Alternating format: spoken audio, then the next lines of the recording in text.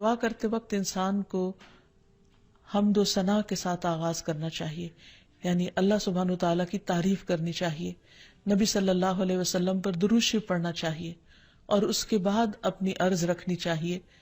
تو جس دعا کے آگے پیچھے درود شریف پڑھ لیا جائے وہ دعا بھی قبول ہوتی ہے.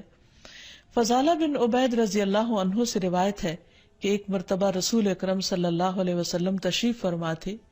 ایک شخص آیا اور اس نے نماز پڑھی، پھر کہنے لگا اے اللہ مجھے بخش دے اور مجھ پر رحم کر.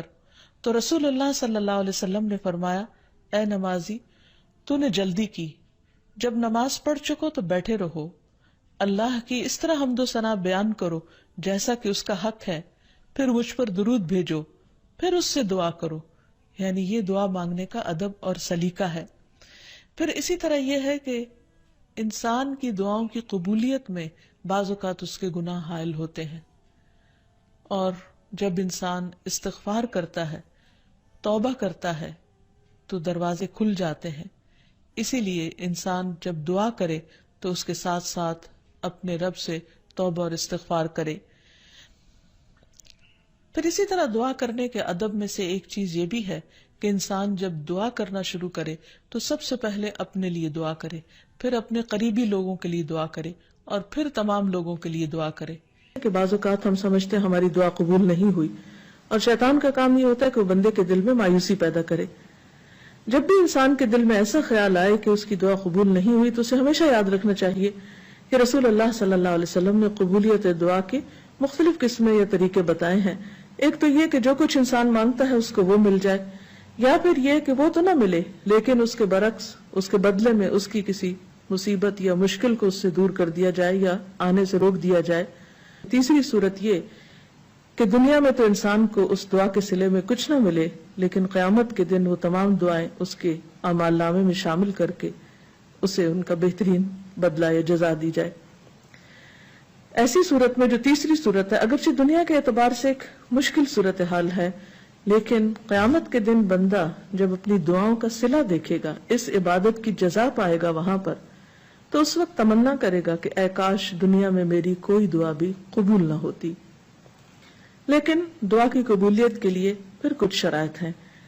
ایک بات تو یہ اس میں جو سب سے پہلے کہ انسان کا رزق حلال ہو، کیونکہ حرام کھانا انسان کی دعاؤں کی قبولیت میں رکاوٹ کا سبب ہوتا ہے. پھر اسی طرح جب انسان اللہ سے دعا مانگے تو اس وقت بہت توجہ کے ساتھ دعا کرے، کیونکہ حدیث میں آتا ہے کہ اللہ سبحانہ وتعالی غافل دل کی دعا قبول نہیں کرتے. یعنی ایک انسان مانگ رہا ہے لیکن اس کو پتہ ہی نہیں کہ وہ کیا مانگ رہا ہے، صرف رٹے رٹائے کچھ لفظ زبان سے نکال رہا ہے یا سنی سنائی کوئی بات دہرا رہا ہے، لیکن اس کے دل سے وہ بات نہیں نکل رہی ہے. وہ مانگنا نہیں، بس کچھ الفاظ کا پڑھ دینا ہے. تو یہ طریقہ بھی درست نہیں. پھر اسی طرح ہم دیکھتے ہیں کہ دعا سے بڑھ کر کوئی چیز اللہ کے ہاں معزز نہیں. حدیث میں آتا ہے لیس شیء اکرم علی اللہ من الدعاء، کہ اللہ کے نزدیک دعا سے زیادہ عظمت والا کوئی عمل نہیں. ایک اور حدیث میں آتا ہے ولا يرد القضاء الا الدعاء ولا يزيد في العمر الا البر، کہ تقدیر کو دعا کے علاوہ کوئی چیز نہیں بدل سکتی. یعنی انسان کی جو تقدیر ہے، جو لکھی ہوئی ہے، اس میں تبدیلی دعا کی وجہ سے ہو سکتی ہے، کیونکہ اللہ تعالیٰ کے ہاتھ میں ہے سب کچھ. یمحو اللہ ما یشاء ویثبت، جو چاہتا ہے اللہ مٹا دیتا ہے اور جو چاہتا ہے ثابت کر دیتا ہے، لکھ دیتا ہے. تو بات یہ ہے کہ انسان کو ہمیشہ مانگتے رہنا چاہیے اور پورے جزم کے ساتھ، ارادے اور عزم کے ساتھ مانگنا چاہیے. کبھی یہ نہیں کہنا چاہیے کہ اگر تو چاہے تو قبول کر لے، نہیں چاہے تو نہ کرے. نہیں، انسان دعا مانگتے وقت پورا یقین رکھے کہ اللہ تعالیٰ اس کی دعا قبول کر سکتا ہے، اور واقعی قبول کرتا ہے. کیونکہ حدیث میں آتا ہے رسول اللہ صلی اللہ علیہ وسلم نے فرمایا ان ربکم حی کریم یستحیی من عبدہ اذا رفع یدیہ الیہ فیردہما صفرا، تمہارا رب بڑا حیا کرنے والا اور سخی ہے، جب بندہ اس کے حضور ہاتھ اٹھاتا ہے تو انہیں خالی لوٹاتے ہوئے اسے شرم آتی ہے. یعنی اللہ تعالیٰ جو مالک الملک ہے، تمام خزانے اس کے ہاتھ میں ہیں. وَلِلَّهِ خَزَائِنُ السَّمَاوَاتِ وَالْأَرْضِ، آسمان و زمین کے سارے خزانوں کی کنجیاں اس کے پاس ہیں، ان کا مالک وہ ہے. لہٰذا ایسا نہیں کہ کبھی انسان کی دعا قبول نہ ہو تو اس کا سبب یہ ہو خدا نخواستہ کہ وہ دینے پہ قادر نہیں، وہ دیتا ہے اور وہ خالی ہاتھ نہیں لوٹاتا بندے کو.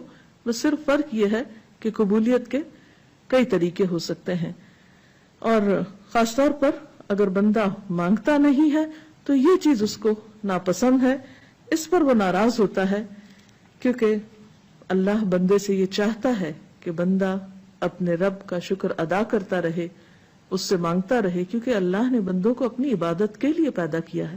اگر بندے سب نعمتیں اس سے پا کر اس سے بے نیاز ہو جائیں تو یہ چیز اللہ تعالیٰ کو پسند نہیں. خصوصیت کے ساتھ جیسے دعا کی قبولیت کے اوقات ہیں، مثلا آذان سن کر اس کا جواب دینے کے بعد دعا قبول ہوتی ہے، تہجد کے وقت کی یعنی رات کا آخری پہر جو ہوتا ہے اس وقت دعا قبول ہوتی ہے.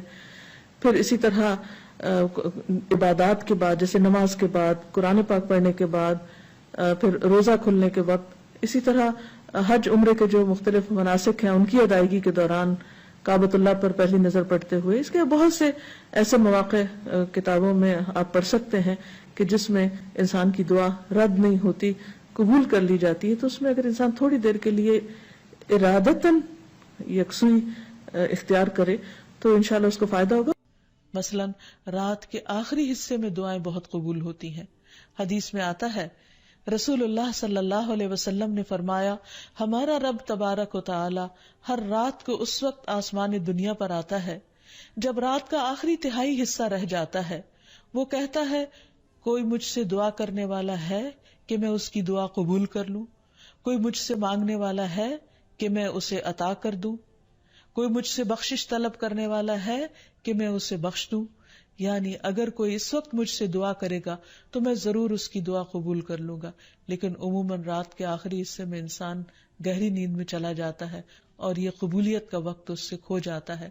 تو اس خصوصی طور پر اگر انسان کی زندگی میں کوئی پریشانی ہو یا کچھ چیزوں کے بارے میں وہ واقعی سنجیدہ ہو کہ وہ اسے ملنی چاہیے دنیا اور آخرت کی کامیابیوں میں سے، بھلائیوں اور خیر میں سے، تو اس کو چاہیے کہ اس وقت میں دعا کا اہتمام کرے.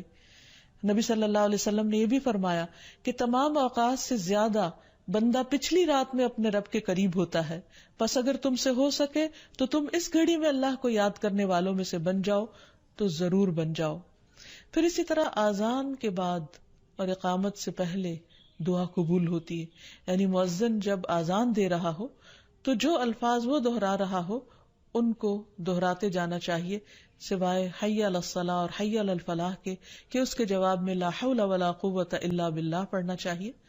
اور جب مؤذن آذان کہہ چکے تو آذان کے بعد کی دعا پڑھ کے درود شریف پڑھ کر جو بھی انسان کے دل میں حاجت ہو وہ اپنے رب کے سامنے رکھے تو وہ دعا کے قبولیت کا وقت ہوتا ہے. اس وقت آسمان کے دروازے کھلتے ہیں، تو اس وقت انسان کو یہ وقت ضائع نہیں کرنا چاہیے اور چھوٹی چھوٹی چیزیں بھی اپنے رب سے مانگتے چلے جانا چاہیے تاکہ انسان کسی انسان کا محتاج نہ ہو.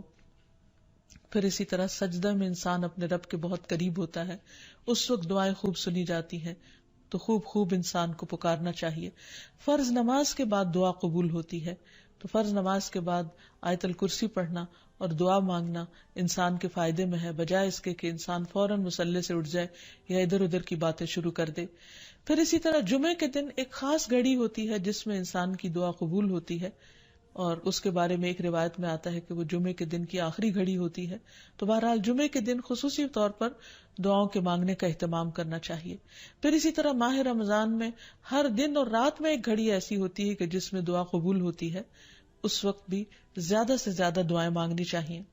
عرفہ کے دن اللہ سبحانہ وتعالی سب سے زیادہ لوگوں کو جہنم کی آگ سے آزاد کرتا ہے، تو اس دن وہاں کے لوگ جو حج پر گئے ہیں وہ تو دعائیں مانگتے ہی ہیں، اور جو لوگ نہیں بھی جا سکے وہ بھی اس دن کی برکت سے فائدہ اٹھاتے ہوئے خوب دعائیں کریں.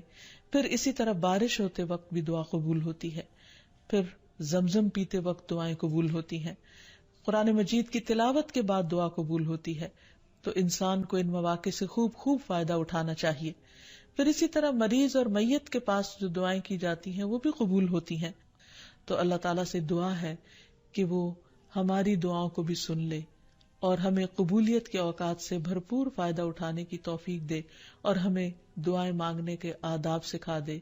وآخر دعوانا ان الحمد للہ رب العالمین. السلام علیکم ورحمۃ اللہ وبرکاتہ. ویڈیو کے نیچے سبسکرائب کے بٹن پہ کلک کریں، بیل کے آئیکن پہ کلک کیجیے تاکہ ہر نئی ویڈیو کی نوٹیفکیشن